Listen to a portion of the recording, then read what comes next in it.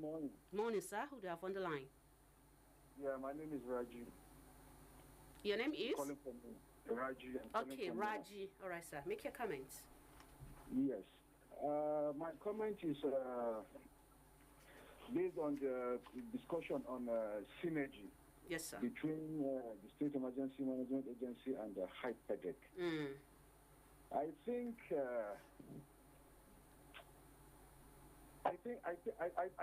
I think the onus is on HYPEDEC to look for the State Emergency Management Agency on collaboration, because I could hear the DG SEMA saying that they have written to HYPEDEC, but due to the exigencies of the office of the MD, I don't think it's an excuse for the MDI exigency that for this long, that since the DG has assumed office, how many months ago that he does not have time to sit and collaborate with him. I don't think it's proper.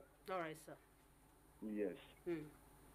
Yeah, that's what I have to say about it. I'm sure they're going to have a good cordial relationship between the two agencies, because they are a vital part of the fight against flooding in the state and in the country at large. Hello, good morning. Okay, 090388088883 is the number to call in. Of course, make your comments. Okay. We are talking about flooding and how best we can prevent that, and knowing how the stakeholders are working in order to bring an end to the issue of flooding in Niger State. Hello, good morning. Okay. Okay, let's come back to our resource persons. Malam Yusuf Ibrahim Dimas, Principal Meteorologist, Upper Niger River Basin Development Authority. When we talk about flooding, Niger State having almost 4 hydro electricity dam, and Upper Niger River Basin is part and parcel. Sometimes they release water, and it's end up bringing flooding, causing flooding in the society. Adequate sensitization in that aspect. How has your agency fared in that aspect? Okay. I think River Basin is poised well to be able to sensitize communities. Like what we did for the 2022 flooding that happened. Even part of Mina was affected also. Taina, where our River Basin headquarters is located, was also flooded.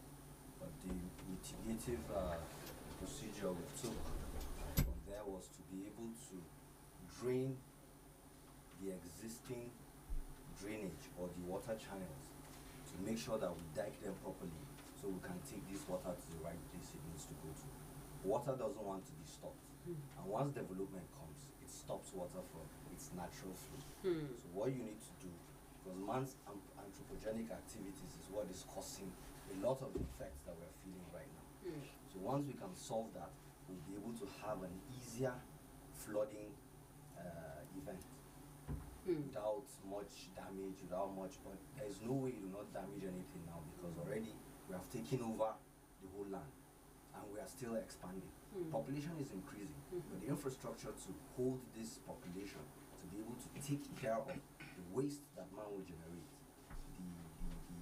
the buildings man is going to be able to live in, farmlands, the farming system he's going to use.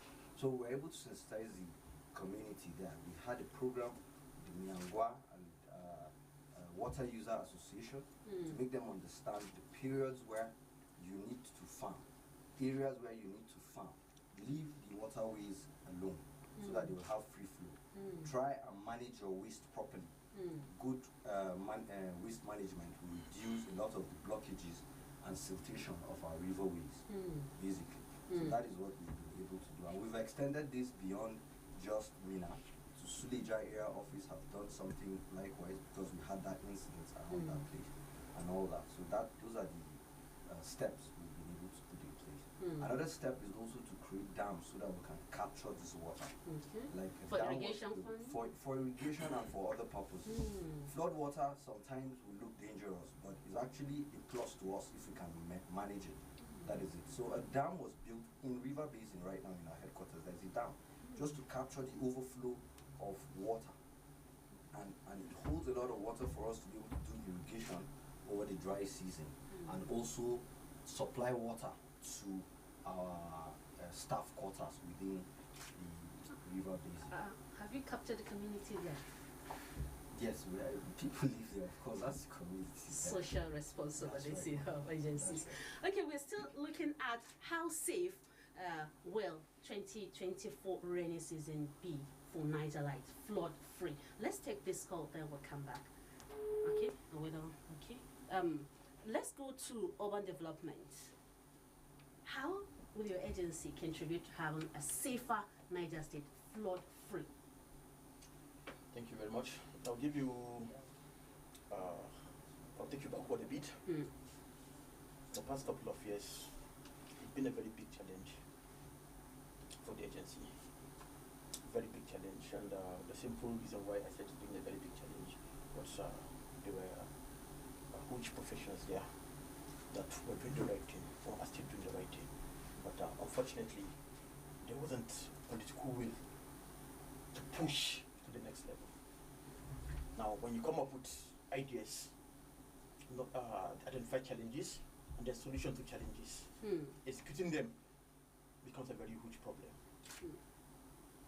But with our coming now, we have the ears of His Excellency, the former Governor Mohamed Umar Babu, and then the major stakeholders in the state. So it's much, much easier to communicate to them, to tell them our problems, and then within a short while, create solutions to the problem. And I'll give you an instance. I'm not trying to victimize anyone. If you remember some months back, we had issue in Korea Market, where the parking space, erection of structure, illegal structure, thank you very much, in Korea Market. And what we did was we took it up directly with His Excellency, with the Ministry of Local Government. I mean, it's the first of its kind in Korea Market. So there was synergy between various agencies there to was bring a an synergy end. because of the political will. And at the end of the day, we were able to achieve our aim. It's the first time in Korea Market, the very first time in Korea Market. So we are honestly working. The past couple of weeks, we went out with the major stakeholders in Chanchaga, what do you call it, the New Niger, the Ministry of Works and Ministry of Works, and other major stakeholders went around Mina Town to monitor the road constructions within the city and Bida and Kontagora. And then, where needed, we advised them on what to do. Now, if you look at it critically, before now, there were issues that has to do with flooding, even within the inner city. But I can assure you, in some of the major cities, it will be less this year, for the simple reason that government is being proactive. Road constructions, heavy drainage systems, and then going into farming too. He said something earlier on. If you are into farming, you must create ways for water. You must create ways for waste. So what we're trying to do now is to build on the existing success of what the court has done before our coming. You won't believe it, we've served a lot of communities notice. And then very soon, very, very, very soon, before the rent commences fully, we are going to demolish structures, a lot of structures. On the waterways, those that are not according to the plan. Exactly, on the waterways. Just some months ago, about 2-3 months ago, I went out with Architect Babu and the team, the GM Urban Board. You won't believe it, someone built a mosque, this mosque on the road. On the road. The majority of us are Muslims there. But we took the decision of demolishing the mosque.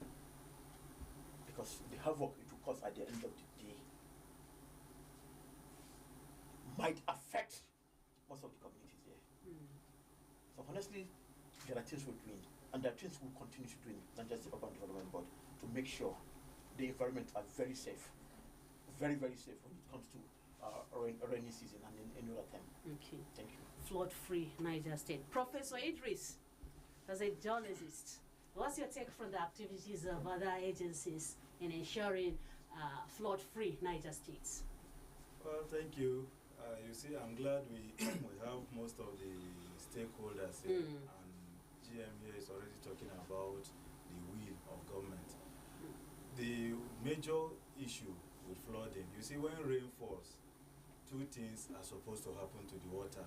Two major things. Okay. One, the water will want to go underground to join the groundwater system.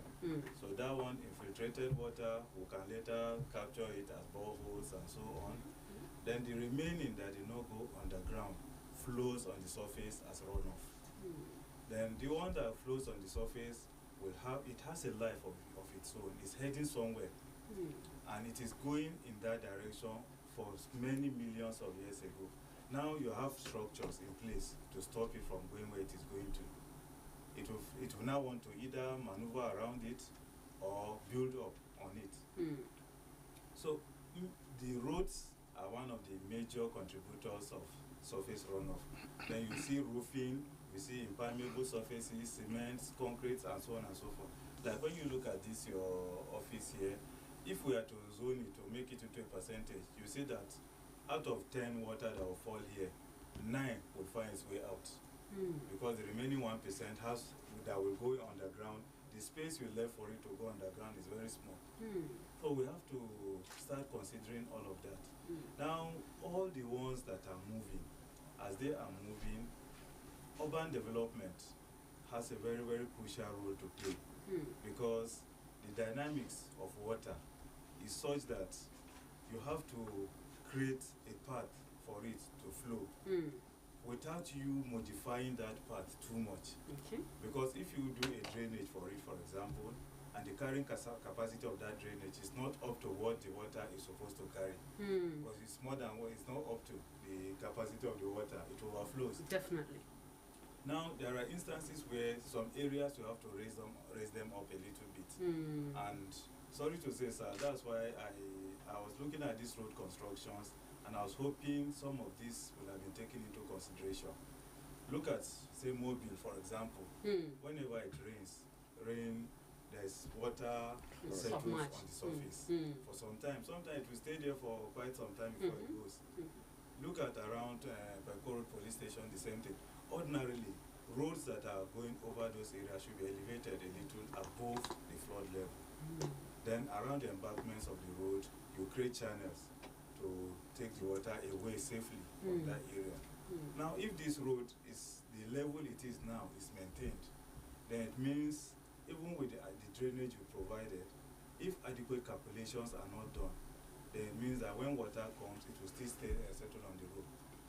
And water settling on the road is one of the factors that leads to road failure. And all of this, one thing that we have always advocated is between urban development, between NSEMA, between State Ministry of Environment, NISEPA, and so on, there is supposed to be a very strong synergy. One of the factors is what the river basin talked about, when you have flood water retention or flood water detention. If you look at Boso Dam, it's one of the reasons. Boso Dam is just a rainwater collection dam. It's not being fed by any river or anything. All the rain that falls within the area goes into that dam, collect it, treat it, and send it for people to use. So such facilities are there, or they can be designed.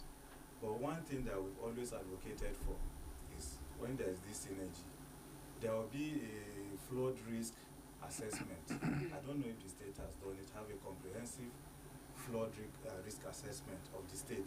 This is a deliberate effort to carry out studies on vulnerable areas. When you have your flood risk assessment report, you now do a flood risk management plan. Flood risk management plan will take into consideration areas that are vulnerable. That's where NISA will always color red.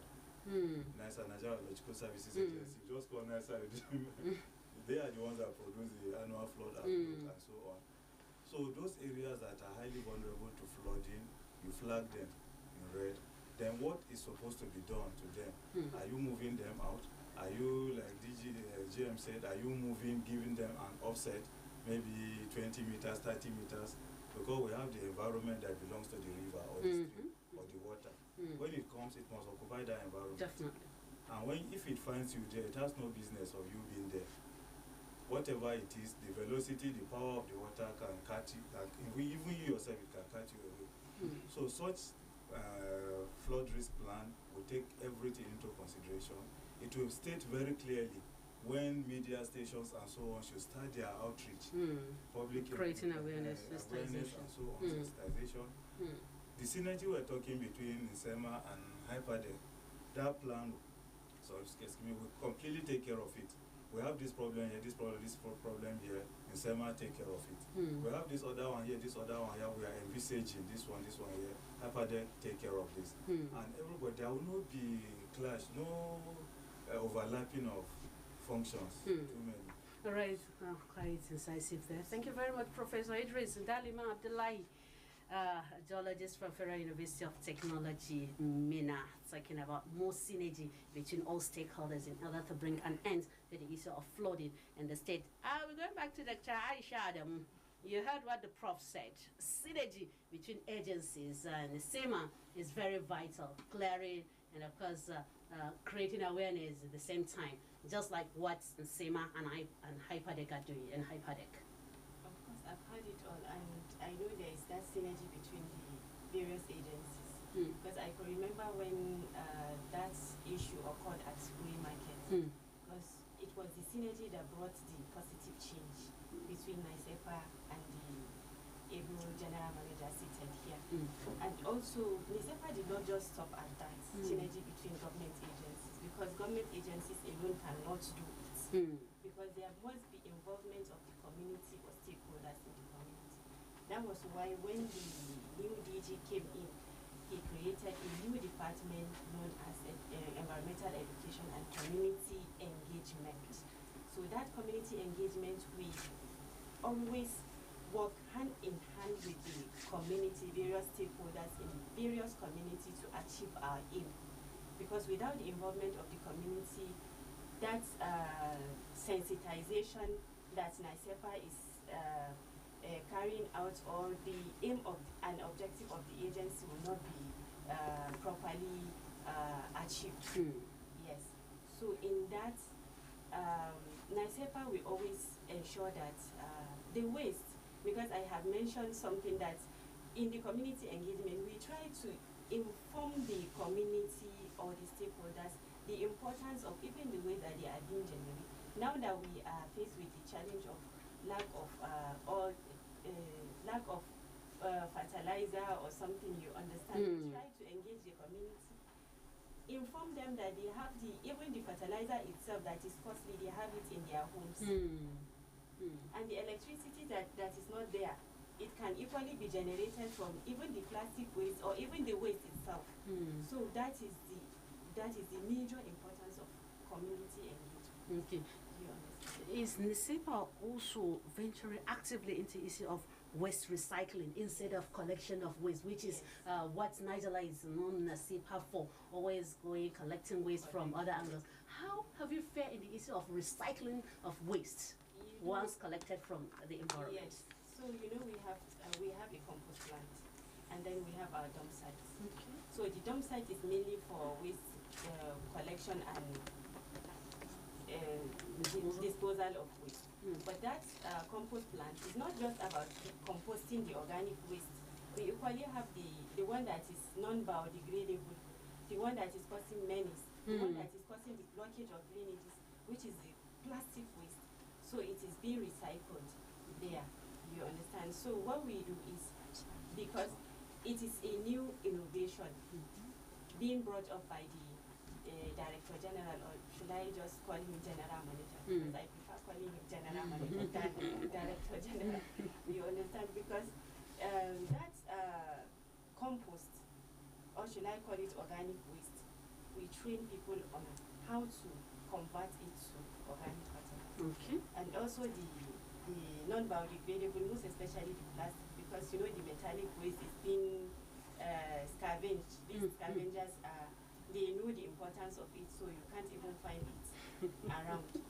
So we recycled it too into so many things, because that is supposed to be a topic on its own. Okay, we hope you come forward so that we'll do that program holistically. Okay, thank you very much, Dr. Aisha Adam. We'll also go back to Nsema, talking about ensuring flood-free Niger State 2024. Thank you very much. Prior to this program, about 2 weeks ago, we met and resolved on the need for stakeholders meeting. In fact, if not for little hitches, we could have called for the stakeholders meeting by last week. Okay. In fact, the only challenge we are having is number one, to seek the consent of our chairman, governing board, who is the deputy governor of Niger State. Being the chairman, he must be informed and he must give us clearance. That is because he is to preside. He is to preside over the meeting. In fact, by next week, inshallah, as soon as we resume, we'll still go back to him so that he give us a convenient date that we can convey this meeting. If had it been this, the meeting had been conveyed, it could have been another value addition to what we are discussing presently. So there is that total commitment by the agency to convey a stakeholders meeting, which will involve almost everybody that is in here today, and with the expansion of other stakeholders.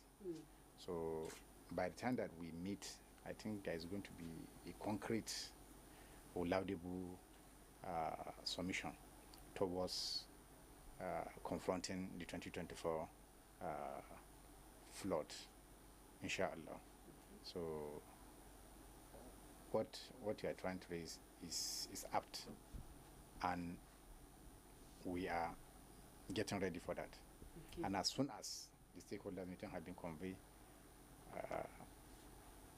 you will be aware, and almost everybody will be on top of the situation, so that we all know our rules and we'll get back to work immediately. All right. Now let's go to Engineer Ilyasu Abdullahi Wara, Director of Operations in Hyperdeck. How is your agency getting ready to ensure flood-free Niger State 2024? Thank you for that question. Precisely, mostly in our budget, we always consider the flood season, because we believe our communities are 100% prone to flooding. By that, if Hyperdeck did not come up with a very positive response, I believe community will cry very well and say what is the need of establishing Hyperdeck. And there's no year we don't provide our budget under the Directorate of Community and Rural Development. Every year we provide our budget, and presently I think the MD will have started even giving out contracts on purchase of some of these relief materials in various states, because the first year we had issues with our warehouses. So most of these relief material, we took them there. Most of the community leaders definitely shortchanged us. And this year, I think, since last year, we started getting warehouses where we can be able to dump some of these relief materials. Because our intervention is just, ours is just to provide interventions. After flooding? Not after flooding, during flooding. During flooding. Okay. We provide interventions of relief material. We provide medical outreach, because during flooding a lot of things happen. We have sicknesses, malaria and the rest. Even cholera we used to have cholera breakout. So because of that, we make sure we accompany the relief material with medical outreach. Okay. When you talk about providing relief materials to these communities affected by flooding, let's go a little bit on gender aspect of that. Are you taking into consideration the peculiar nature of women affected by flooding in providing his relief materials. Let's look at hygienic aspect, providing sanitary pad and others for the women. Why not? But I'm happy that you are mentioning the sanitary pad. Actually, in our past intervention, we've not considered it. Okay. But this year, I think I will definitely convey the message to the Director of Community and Rural Development. Let us consider sanitary pad. Because most of the women, women are most affected. They are very vulnerable than the men. I can remember when we get to KISO 2022, I was the person that headed the Niger State team. Sincerely, we left the new resettlement scheme, the new resettlement site, where we met a lot of people affected by flood, and we were now informed that in the old, in their old settlement, some communities, some people were there trapped, and we felt for them. I have to charter a boat. We went there with some media guys. When we got there, I will tell you, we only met few men. Most of the people we met there, they are women and children. So we have to convey them back to their resettlement, to the new site, where we provide them with the medical outreach. We check them before we leave. Okay, we'll be taking a break, and when we come back, we'll continue with this special program focusing on flooding in Niger State and how major stakeholders are synergizing to ensure flood-free 2024. We'll be right back.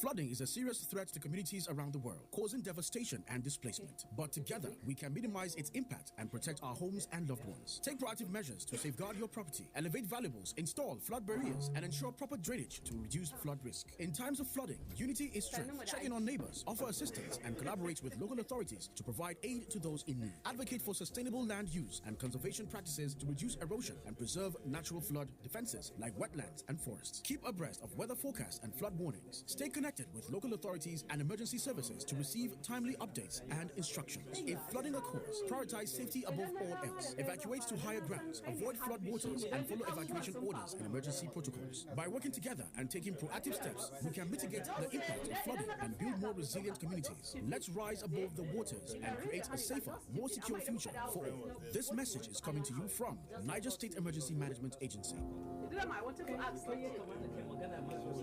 Flooding is a serious threat to communities around the world, causing devastation and displacement. But together, we can minimize its impact and protect our homes and loved ones. Take proactive measures to safeguard your property, elevate valuables, install flood barriers, and ensure proper drainage to reduce flood risk. In times of flooding, unity is strength. Check in on neighbors, offer assistance, and collaborate with local authorities to provide aid to those in need. Advocate for sustainable land use and conservation practices to reduce erosion and preserve natural flood defenses like wetlands and forests. Keep abreast of weather forecasts and flood warnings. Stay connected with local authorities and emergency services to receive timely updates and instructions. If flooding occurs, prioritize safety above all else. Evacuate to higher grounds, avoid flood waters, and follow evacuation orders and emergency protocols. By working together and taking proactive steps, we can mitigate the impact of flooding and build more resilient communities.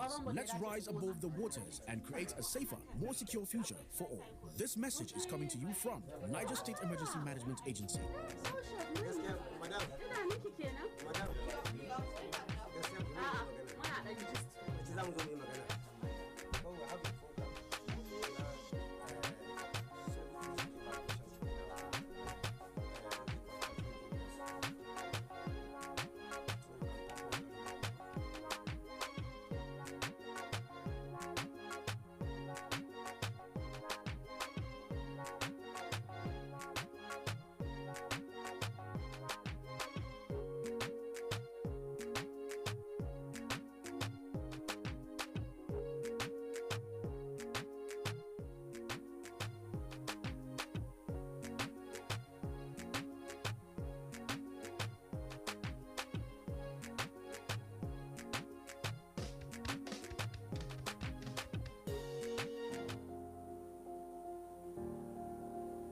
Flooding is a serious threat to communities around the world, causing devastation and displacement. But together, we can minimize its impact and protect our homes and loved ones. Take proactive measures to safeguard your property, elevate valuables, install flood barriers, and ensure proper drainage to reduce flood risk. In times of flooding, unity is strength. Check in on neighbors, offer assistance, and collaborate with local authorities to provide aid to those in need. Advocate for sustainable land use and conservation practices to reduce erosion and preserve natural flood defenses like wetlands and forests. Keep abreast of weather forecasts and flood warnings. Stay connected with local authorities and emergency services to receive timely updates and instructions. If flooding occurs, prioritize safety above all else. Evacuate to higher grounds, avoid flood waters, and follow evacuation orders and emergency protocols. By working together and taking proactive steps, we can mitigate the impact of flooding and build more resilient communities. Let's rise above the waters and create a safer, more secure future for all. This message is coming to you from Niger State Emergency Management Agency. Flooding is a serious threat to communities around the world, causing devastation and displacement. But together, we can minimize its impact and protect our homes and loved ones. Take proactive measures to safeguard your property, elevate valuables, install flood barriers, and ensure proper drainage to reduce flood risk. In times of flooding, unity is strength. Check in on neighbors, offer assistance, and collaborate with local authorities to provide aid to those in need. Advocate for sustainable land use and conservation practices to reduce erosion and preserve natural flood defenses like wetlands and forests. Keep abreast of weather forecasts and flood warnings. Stay connected with local authorities and emergency services to receive timely updates and instructions. If flooding occurs, prioritize safety above all else. Evacuate to higher grounds, avoid flood waters, and follow evacuation orders and emergency protocols. By working together and taking proactive steps, we can mitigate the impact of flooding and build more resilient communities. Let's rise above the waters and create a safer, more secure future for all. This message is coming to you from Niger State Emergency Management Agency.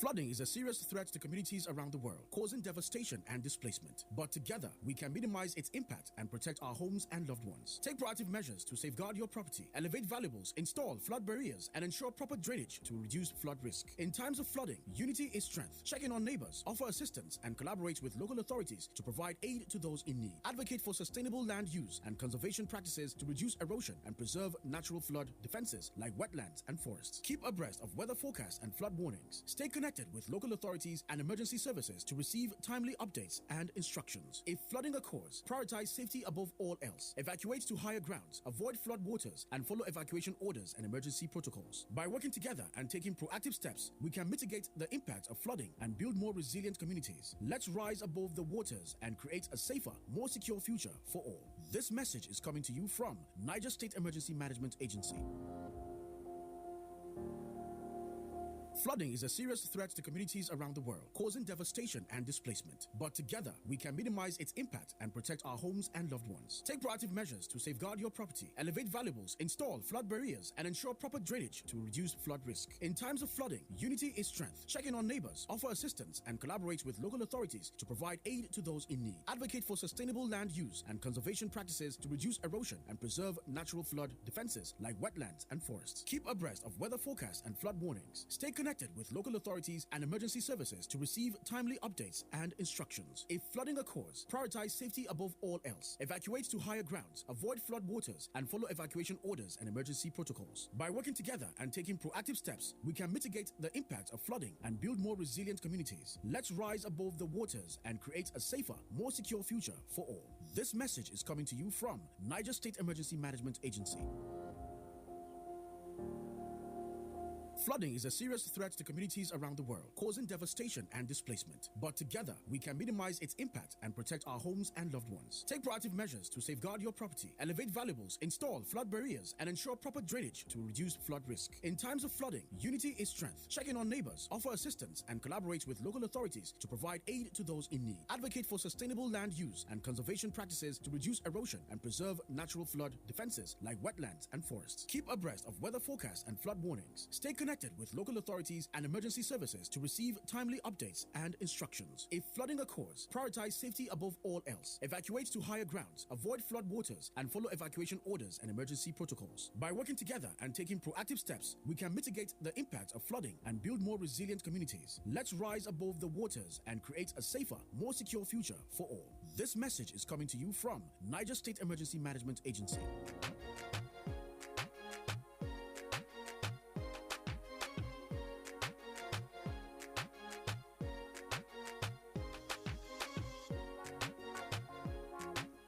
Welcome back. You're still on to Prestige Radio 91.7 FM Mina. It's a special edition of the program. We're focusing on flooding, and we have various stakeholders, major stakeholders in flooding in Niger State. Talking about Malam Yusuf Ibrahim Dimas, Principal Meteorologist of the Niger River Basin Development Authority. We have Dr. Aisha Adamu, Director Environment Monitoring and Evaluation, NSEPA. We have Professor Idris Ndalima Abdullahi, geologist coming from Federal University of Technology, Mina. And we have Honorable Abdurrahman Gigi Muhammad Chata, General Manager, Niger State Urban Development Authority. Engineer Ilyas Abdullahi Wara, Director Operations and Hyperdeck, and Malam Abdullahi Baba Ara, Director General, Niger State Emergency Management Agency. Ladies and gentlemen, you are still welcome back to the program.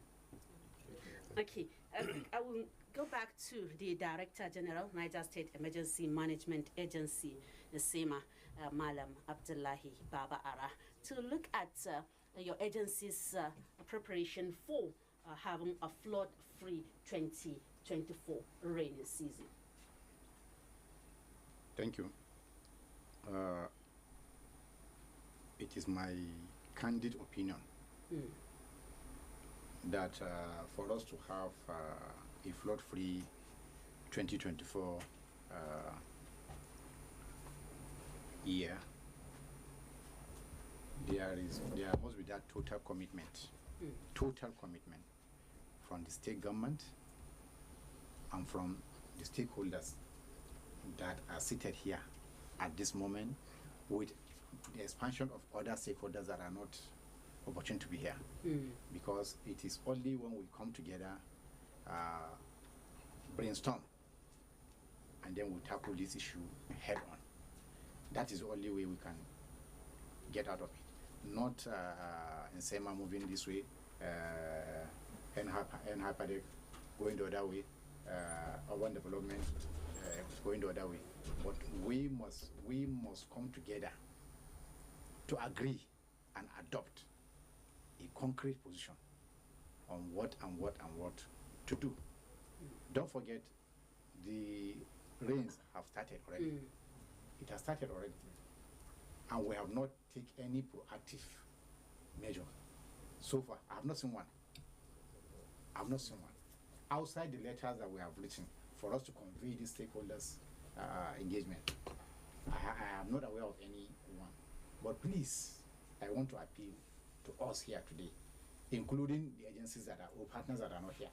Please let us leave our doors open so that we can answer this clarion call, because from the report that have been filed in, both by NIMED and other agencies, it is not going to be easy. Should we stand to fold our arms that until it happens, or until the flood strike, it's not going to be easy. It's not going to be easy.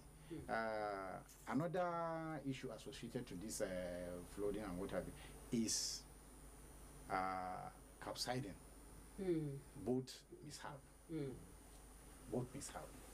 That is another very dangerous threat. You are aware of what has happened of recent, isn't it? I think we were there before you. Yeah, we were there before. So you see, the mishap that happened in Borgo. Yes. What is the name of that place? Duga. Tungan leader. It was a very, very big calamity.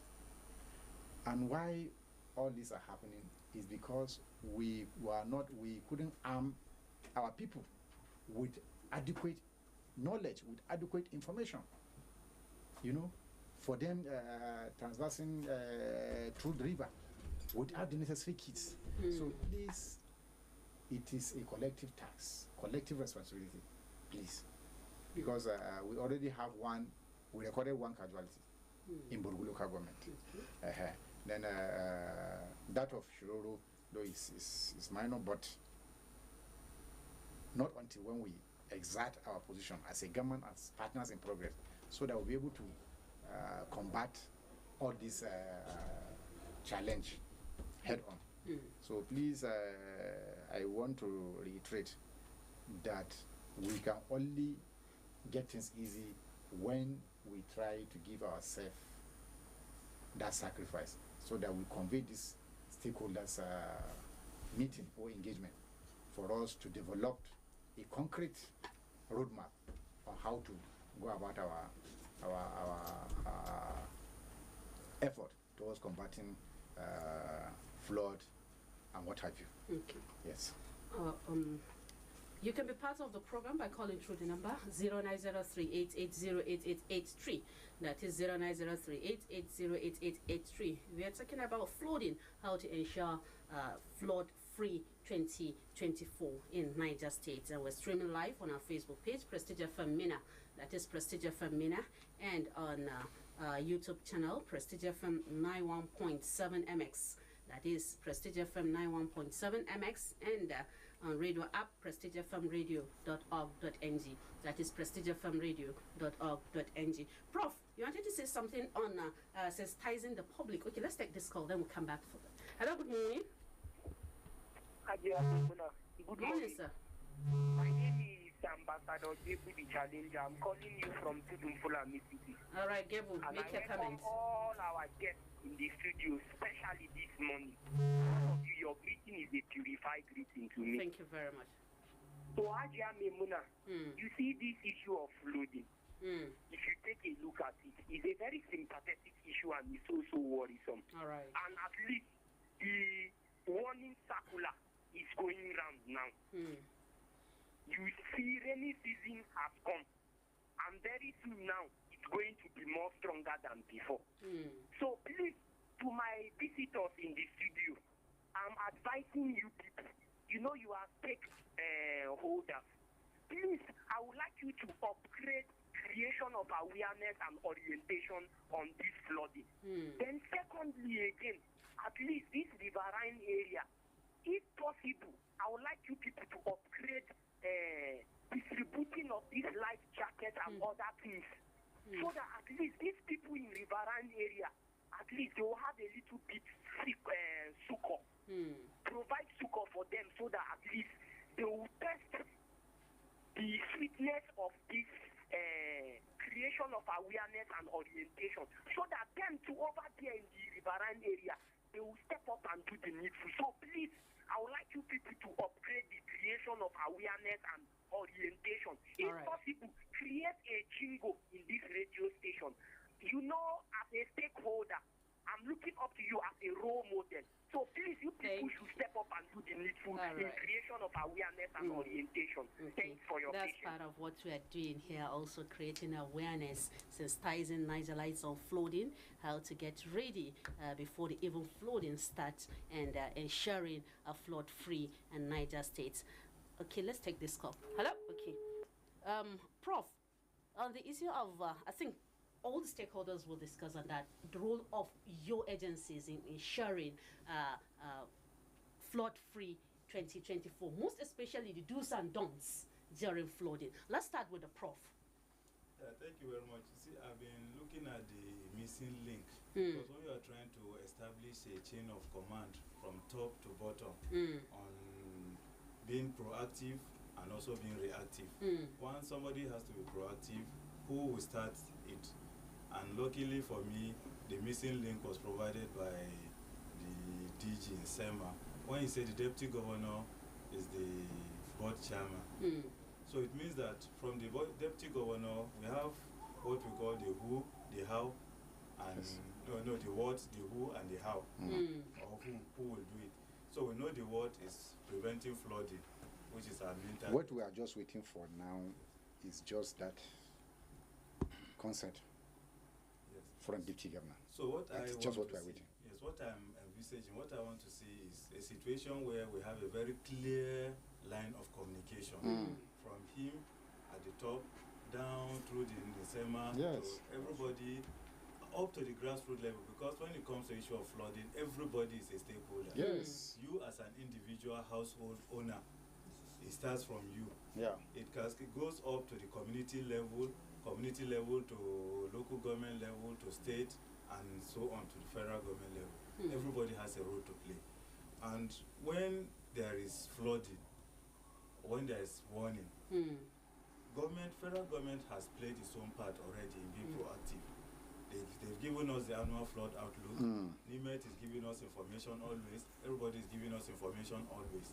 So they have told us, they have warned us. Now the next line of action is for us to heed the warning. At state level, what do we put in place? Number one, we are going to do this. For example, starting from community level, you the household owner, you fenced your house completely, it is raining heavily, and you are not too bothered. Now, from your fence, all the water that collects within that house will start building up.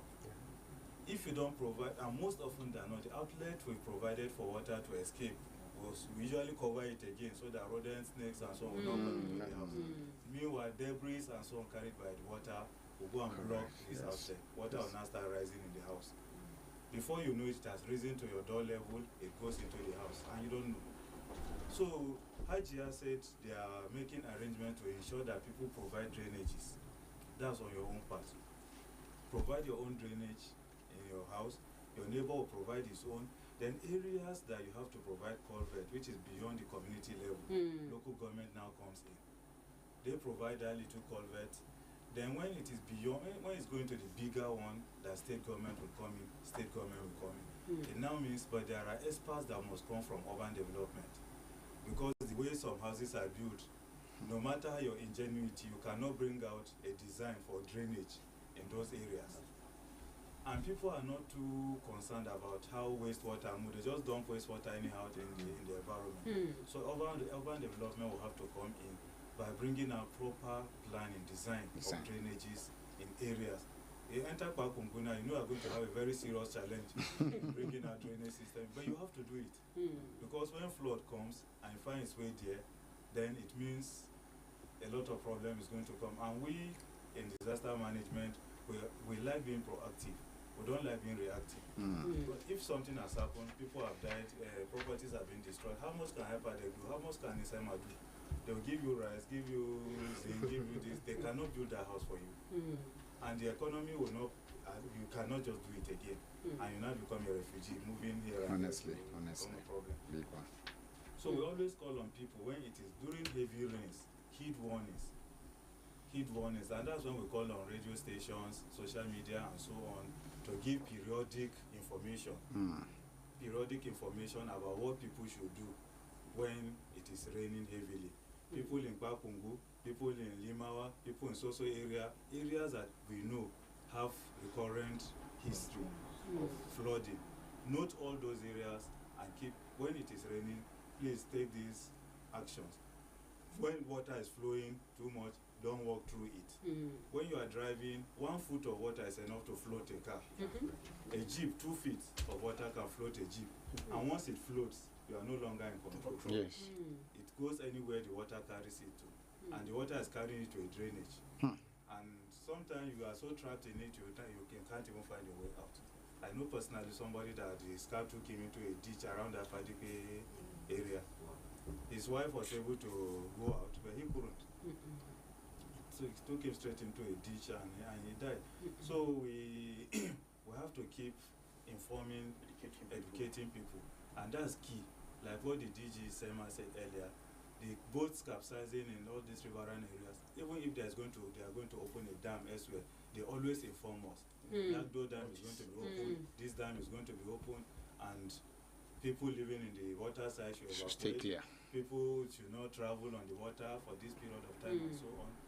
And some people, you have to keep drumming it into their ears before they heed your warning. Definitely. So we expect a lot of advocacy from the media stations, and also when we are looking forward, sir, to that stakeholder engagement. If I may, we are looking forward to if I may come in, sir. All right. I think we've said that, but we can still do better in terms of jingle, in terms of how they put it.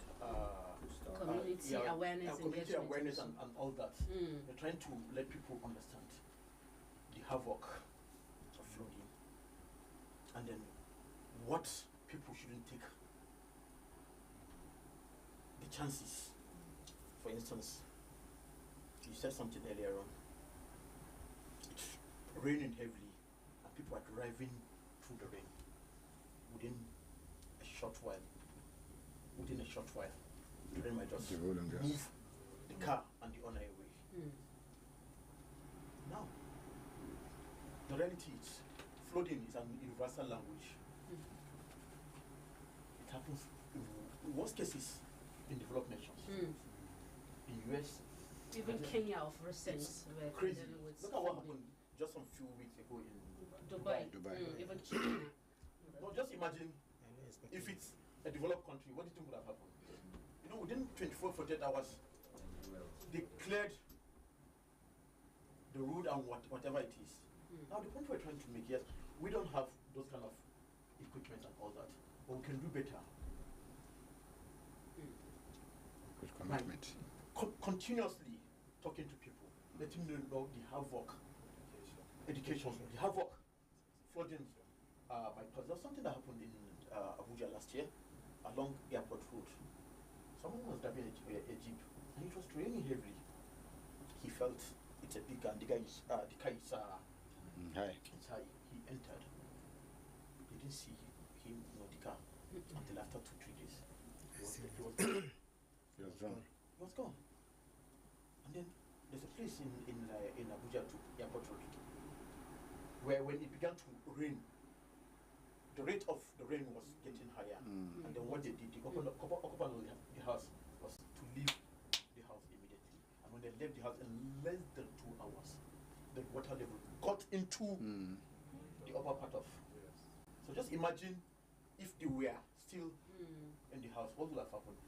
So we need to continuously educate people to let them know the danger involved when the writing is not done. That's number one.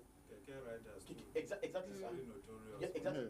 Number two, the stakeholders, because there are professionals here, there are professionals in all the organizations. We also need to come together, sit down, discuss and look at it critically. What do we do? What's the way forward? Can we advise the major stakeholders? This is what we feel should be done. And quickly, it should be taken care of. Now, with the person in the helms of affairs in the state, our OO1, the former governor, once you quickly give him a notice of the danger in all those things, I am very sure in less than 24 hours he will move into action. We can do that. Prof, my big brother, I will also no, it's true. I will also, because you see, you've been in the system long before now. We are primary school children compared to your knowledge. It is the fact. We are primary school compared to the knowledge you have in terms of flooding and all that. You should also be a major stakeholder in all this. Advise us. If it's possible, call for a meeting once in a while. We'll sit down and talk and then look at what we need to do. Because at the end of the day, if we don't do the right thing, the effects of flooding, honestly speaking, loss of life, loss of property and structures, road closure, loss of agriculture, crop destruction and what have you. At the end of the day, if measures are not taken, people will suffer. Yeah. And then once there's loss of agriculture or destruction of this, do you know what will happen? Hunger in the land. Hunger will come. Hunger in the land. Last year, between last year and this year, my DG, we're talking about hunger. The prices of food have gone very, very, very, very. Now look at it. Yeah, there are some certain economic issues to that, but one of the reasons is because there wasn't enough food. There wasn't enough food. Look at what happened in Kano State, just of recent, when they realized there was a what do you call it, a store, warehouse where a lot of food were. And when they went there, they forced the place open, push everything into the market. In less than 24 hours, the prices of food crashed completely because there was available food in the market. All right. Thank you. Thank you. 0903880883 is the number to call in and, of course, make your comments. And we are streaming live on our Facebook page, Prestige FM Mina. That is Prestige FM Mina.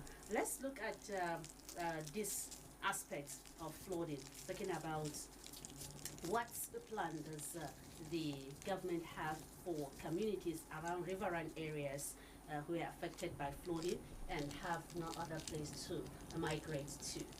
You know, Yeah, precisely. I'm interested in this topic because that is our mandate areas. Precisely, we have been working assiduously to see to that free what is it called, intervention to these riverine areas.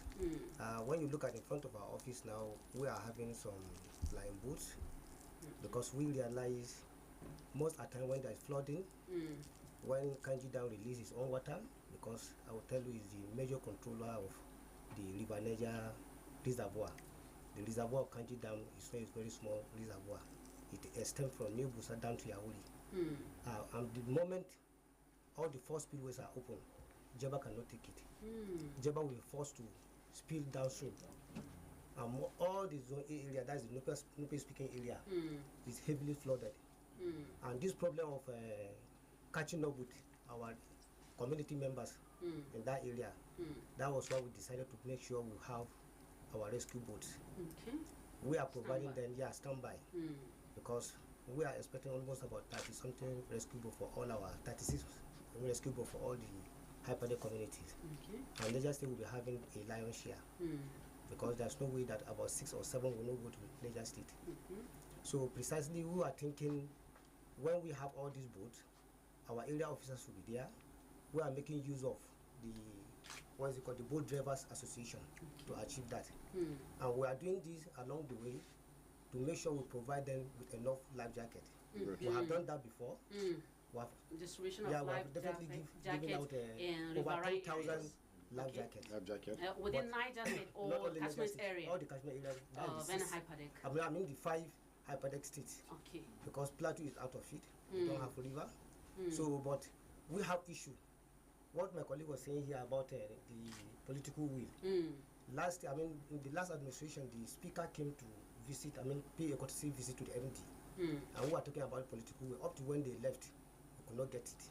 Because our major problem is most of the commuters on our lakes, that is the river transport, we give them life jacket, but they don't use it. But there should be an enforcement. That is another challenge. Definitely, that's why we are looking for that political will. That's another challenge. It's only the Niger State, House of Assembly that can provide that political will. We don't have that money. How about traditional institutions or traditional rulers and, of course, religious leaders? How can you bring them to ensure that these communities... Most of these life jackets were distributed through them. Okay. Through the, the traditional rulers. Okay. And at times, some of these traditional rulers even wasn't the situation for us. Because by the time we take some of this consignment to them, you will realize they will be the one taking almost 25% of these life jackets into their rooms. And some of them will find them inside the market.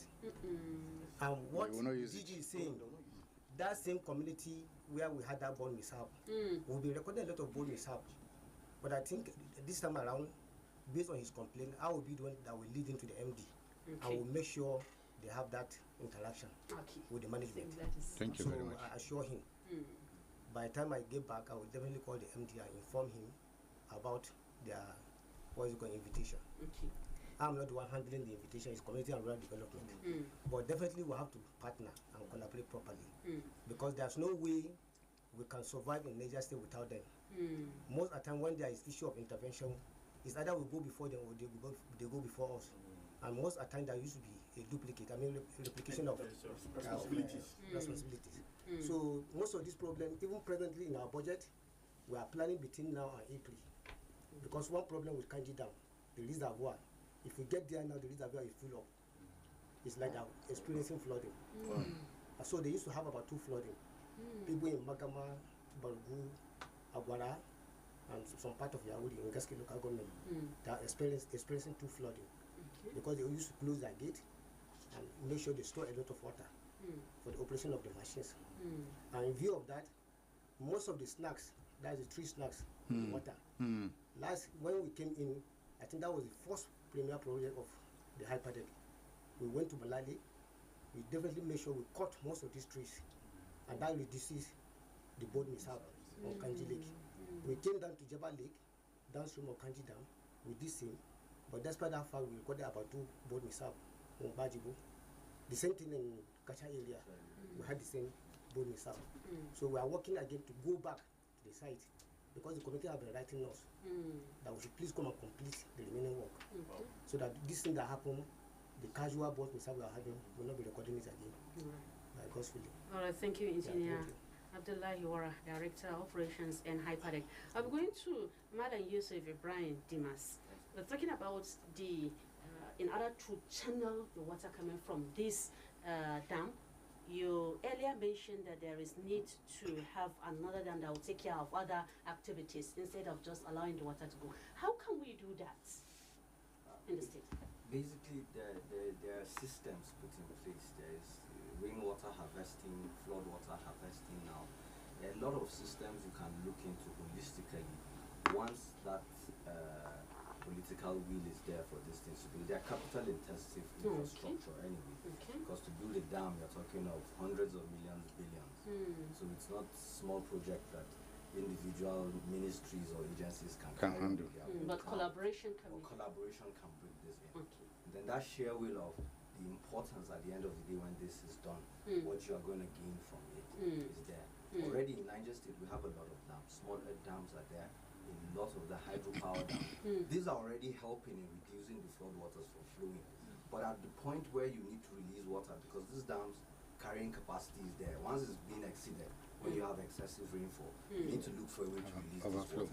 Now downstream, what happens there? Are the channels ready to take the quantity of water you're reducing?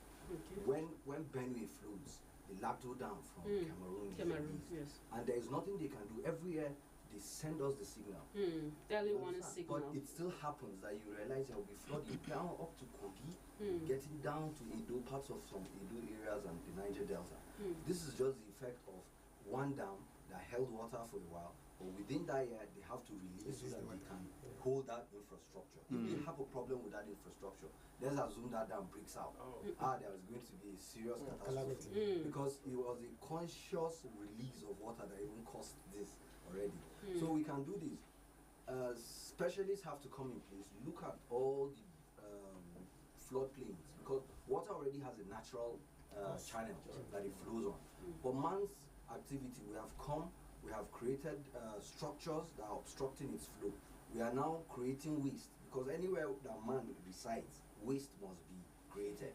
Now the first thing you must deal with is, how do you construct your structures to give way for this water to flow without harming you, number one. So you put experts in the field to look at, okay, where do we trap this water when we're having excesses at this point? And then where do we use this water when we have trapped it? Because you can't just trap water and keep it there. It has to be used, because it comes, like we're talking about perennial, so this is something that happens over and over and over and over. Before development came, flooding was already there, but because there was nobody there to complain, the water would just find its way and go where it's going. But now that we are here and we are growing every day, we must look for a way to live together with that water, because we need it. Without water, we are going to be in drought, and drought is worse than having flood.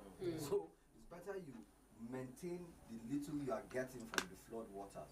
Already, flood can give you a lot of things. There are benefits you get, even in agriculture, there are benefits it has. And that is where I'm coming from, because our core mandate is to harness the potential of our water resources in Nigeria as a nation, to see how we can potentially put it for economical gains, especially when it comes to irrigable agriculture. That is basically it. So if we are trapping this water, what are we doing with it? We can look at urban water supply also, like water board. There is what's the name of this dam at Chanchaga? Tagway. No, Tagway. Tagway Dam. Tagway Dam. I think that was what it was built for, to release to Chanchaga water work, so that for urban. Okay, let's take this up. Hello? Hello, good morning, Ajani. Morning, sir. Who do I have on the line? I'm Comrade Ahmed calling from 123%. All right, comrade, make your comments. I think your guest in the studio have succeeded, and I think this is a welcome call to people. Okay. Try to make your drainages open. Okay. And then there's one thing I noticed: people build their houses. Most of people build their houses on drainage. And when water comes, it has not through the pass, so it has not resolved down to flood your house. And just the way they said, please, if your houses are located along riverine areas, try to relocate, so that when we have this kind of disaster, they can able to manage it without any hindrances. Thank you very much. All right, thank you very much. Talking about clearing of the drainages, calling a community to clear the drainages. Okay. Sorry, I was saying, let me just conclude before you speak to me. We're saying, so this must be done, actually, to harness the overflow of this water. If you don't, it is going to go somewhere and destroy something. Because as it's going down, of course, farmlands are there. Most people that are not ready, they are not so, you understand, in the villages, let's call the rural areas now, our farmers, most of them will just build where they feel, it's close to the water, can be able to get. But at the end of the day, when this river overflows, it's going to take away everything you've planted. So sensitization, like we said, is very, very important. Number two, again, as meteorologists, what we try to do is to collect data from all networks that we have of our hydrological stations and meteorological stations. You need these two data to be able to guide, because you must know the amount of rainfall you're expecting. Then already you must know how your rivers flow, at what time they overflow, at what time they are going to be depleted, and what level at stages of discharge of these rivers are. When you put all these data together, that is where you can give seasonal rainfall predictions, the flood outlook predictions for every year. This is what we do. And then have the specialists also, especially geologists. We have geologists in our place. Now they are redesigning boreholes in such a way that when floods come, the water that is overflowing doesn't even get through the pipes. So they are developing them to become higher than what is usual. How do you do this? Or you need data. So data is very, very, and then data is not just one person that can put it together. It has to be different agencies, different authorities, because you need a wide range of data to be able to put a good report together on flood matters. All right. Excuse me. Okay. I think I want to say something here. Actually, our first experience when we get to most of these riverine areas, you realize some of these communities, we are there good numbers of years. But some of this, the flood experience now is, I want to believe, is because of the sedimentation of some of these channels. Sedimentation of most of the channels. So when the water comes, it spread. And it's not easy for this community to relocate. And that is why now Hyperday is trying to make sure they relocate some of these old communities. To higher grounds. Okay. Yeah. Talking about relocation of communities to higher ground, the issue of provision of relief materials, how frequent is the government doing in that aspect? We are doing very well. At the moment, I can rightly assure you that we are in receipt of large quantity of assorted grains. In fact, come this Wednesday, the farmer governor, as soon as when he come in, have been slated for the flag up of distribution of these relief materials. That is, I'm talking of the communities that were hit last in the Suleja, Lapai, and other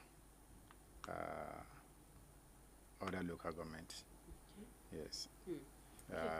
The National Emergency Agency, NEMA, have sent to us, do almost in every state of the federation, that we should stockpile. And in our store, presently in Niger State, we are well kitted. We are well kitted. Though some of these materials, or living materials, we don't usually wait until when there is flood. But you should know that Niger State also experiencing the unfortunate situation of bandits, this insecurity and what have you. Yes, we have this challenge of Alawa and other local government. So I think as soon as when the governor come in on Wednesday, inshallah, when he flag off, that is when we'll begin to distribute. Yes. Hello, good morning. Good morning, Ajami Muna. Good morning. I remain comrade calling from 150 Qatar. Comrade. Okay, briefly, please. Yes, please. I think there is need for Niger State Emergency Management Agency to collaborate with other agencies like Ministry of Humanitarian Affairs, Housing Corporation, Ministry of Land and Survey, and Niger State Urban Development Board, so that they can able to curtail, even though we know these things are natural phenomenon, we can be able to curtail them to the DRS minimum, so that it will not even occur at all. Because there is a hiding that say prevention is better than cure. Thank you very much. Abdullah Gabara. All right. Thank you. Calling for more synergy between the major stakeholders. 0903880888 is the number to call in, of course. Make your comments. Special program on flooding in Niger State. Hello, good morning. Hello. Hello, good morning. Morning. Hello. Yes, sir. How are you? Fine. Who do you have on the line? Hello. Hello. I want to bring my own contribution to this program. Sir, what's your name? My name is Ibrahim. All right, Mala Ibrahim, make your comment. Okay. I born from Yahudi local government. All right, sir. The problem is when our river flow down. When they is getting back, the people come to farm. Hello? Yes, we're with you. The people come to farm. When the flooding is near, they remove the plant that they are doing. That's why they make flooding each year. Okay. All right. That is the problem. I want that management to go and verify and survey practically to put signboard. Okay. Where the water is moving around. To make survey practically and put the mark. Don't come here and farm and build something thoroughly. Safety measures. Yes. All right. Thank you very much. I think actually he was trying to mention, he was trying to talk about Kanji Reservoir. Because our people around Yawuri and Gaski up to Nibusa, they utilize that opportunity of when Kanji Dam closed it, what is it called? Spillway. So when the reservoir was filled up, then gradually when they're exhausting the reservoir, the water started coming down. So when they will not continue to follow the water, the river bank, planting rice. And most at times that part of the soil is very, very fertile. Then as they are doing that, they undermine the Kanji Dam's, what is it called? Spillway. So when the water is coming down, definitely one day Kanji Dam will close that spillway.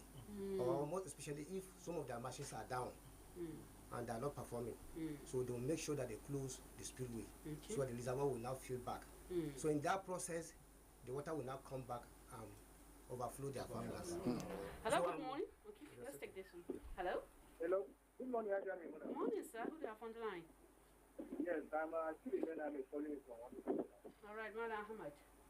Please, I want to ask Niger State Management, Niger State. Emergency Management Agency. All right, Sema. We've been having frequent phone is up. What is your agency doing? Because this is a period of rainy season. Most of our riverine areas and most of our rivers will be overflowed. For people that use water transportation, what are you doing to make sure that most of the people using that water transportation are using what we call life jackets? So that we can able to have minimal when we have any disaster. All right. Because we have been having often accidents in our water transportation. What are you doing, please? So that we can sanitize those people that are using water transportation. All right. I think you talked on that aspect, talking about safety. Yeah, safety measures. During our last meeting with the former governor, I personally raised this issue because there is this association, the boat driver, association of boat drivers. That was their major complaint, and I tabled the issue before him, and he emphatically asked whether if it is within our jurisdiction to provide the life jacket for them. But at that meeting, it was identified that his Minister of Transport that's supposed to make that procurement, and he directed them that they should write for the request, and he will approve it. Then for onward delivery to Nsema. So as I'm talking to you, we are waiting for the delivery of those life jacket and other associate company for them to deliver to us by Minister of Transport. And as soon as if they deliver it to us, we will transmit it down to beneficiaries. All right. Yes. Hello, good morning. Okay. Awal Hamza is wishing us all the best on our Facebook page. Thank you very much, Awal Hamza. Hello, good morning. Morning. Mama Yasser. Make your You're comment. welcome. Thank you. My only concern is that I don't know people that are concerned taking care of the people that are building near river side area. I think prevention is better than here. Definitely. Instead of sitting, performing, giving warning, if they start building near maybe they are intending to build, don't they have the people concerned to go and stop them? They are supposed to have people in charge to go and be preventing them from doing that, because sometimes they do it purposely. Because if the government say they should vacate, there are some amount of money they do give them. So they use they move there purposely so that they get something. All right. So they should prevent them from even doing that before. That is my. Thank you very much, Mama Yasser. Development Board. She has a very nice point. But you see, the reality on ground is that we drum it on people's ears all the time. Sensitization, awareness, adequate setback, most especially on waterways, adequate setback should be done. It's very, very, very key. We don't just give approval. Once we have the building plans and the necessary documents, we send a team of professionals to go to the site and then check. On the spot assessment. Once they do that, they come back to the office, analyze, and then send recommendation to the management for approval. But you see, our people are so funny. I'll tell you an incident we recorded some times ago. It wasn't even on waterway, but we actually stopped the construction because there wasn't approval and all that. But the person stopped. On Friday evening, he goes to site. Work Friday evening, Saturday, all through Saturday, Sunday, because there's no monitoring weekends.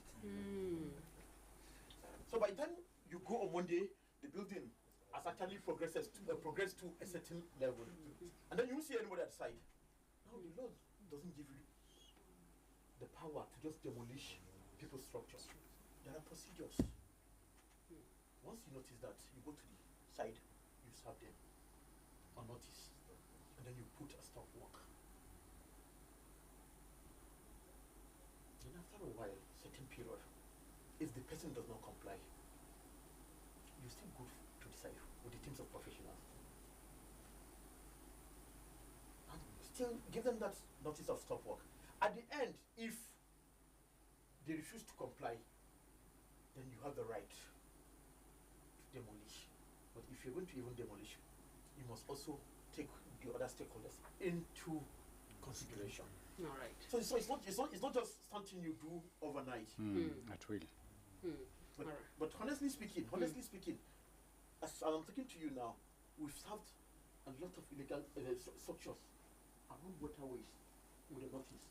And before the rainy season, as I said earlier, in the next couple of months, we are going to demolish a lot of those properties. Thank you very much. All right. That would be nice. I think due to time factor, let's see if we can take one message coming from you. What is your agency doing to ensure flood-free 2024? I think I'll start with Nsema briefly. Okay. So far so good. Nsema wish to reiterate that the issue of flood prevention, as far as this year is concerned, is a collective one. All right. We all have collective tax. Don't say no because it does not directly affect me. I will not do anything, or I will not do something. All right. We have to rise to the occasion. All right. We all have to be on board to take action. Okay. Collaboration from other agencies. Okay. Urban Development Board. Urban Development Board has been and will continue to make public announcement, jingles, to let people understand the danger in flooding and the things needed to be done to make sure, even when it comes in a very minimal way. So we are seriously pushing, and we are educating people on daily basis on that. And then where we feel there are structures that are on the waterway, we quickly do the needful. We've actually touched some within a short while, and we'll continue to do that. All right. Dr. Aisha, the safer. Well, my take here is Niger State is the state with the largest landmass across Nigeria. And second issue is we have more than 7 million population. So there is no way organisms can exist and then there won't be waste generation. So my take here is we should all take responsibility of waste management and control. Okay. Malam Yusuf, Ibrahim Dimas. Yes. Upper Nigeria River Basin has always been resolute in developing water infrastructure for public use and also to mitigate on flooding effects and all that. But I want us to also look at this aspect that our activity as human beings here is what has caused the devastating effect we're experiencing. We're falling down trees too much. We need to stop that and plant more trees so that our soil structure can remain strong and be able to accommodate. Okay. Prof. Yes, from our own point of view, we call on governments to try to put in place the flood risk management plan and also on how it will be implemented. Then we also call on individuals to be prepared, be informed, and stay prepared. All right. Engineer Eliasu, Abdullah Iwara. Actually, in our side in Academic, our media unit is making a point. I want to believe synergy with most of these media houses. So we are going to provide them with providing flood alerts. Precisely, our community and rural development is also having an advocacy unit, which definitely will have to involve them to have collaboration with the SEMA. Because Lagos State cannot survive without the SEMA.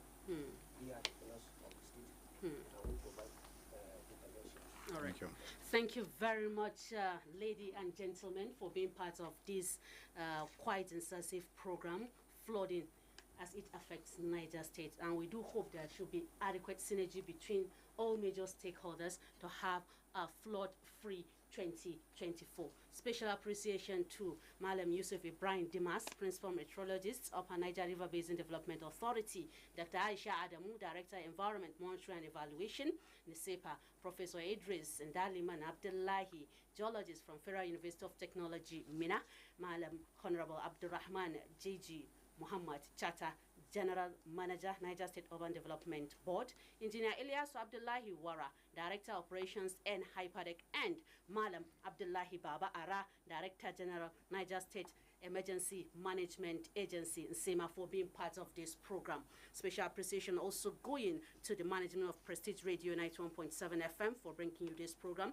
The executive producer of the program, Yusuf Laden, producer of the program, Yahya Muhammad, and special appreciation to the News and Current Affairs Department and the DCA on duty, Faiza Bebeji. My name is Maimuna Muhammad Babangida, saying let's all work towards having a disaster-free Niger State, flood-free Niger State 2024. Good morning.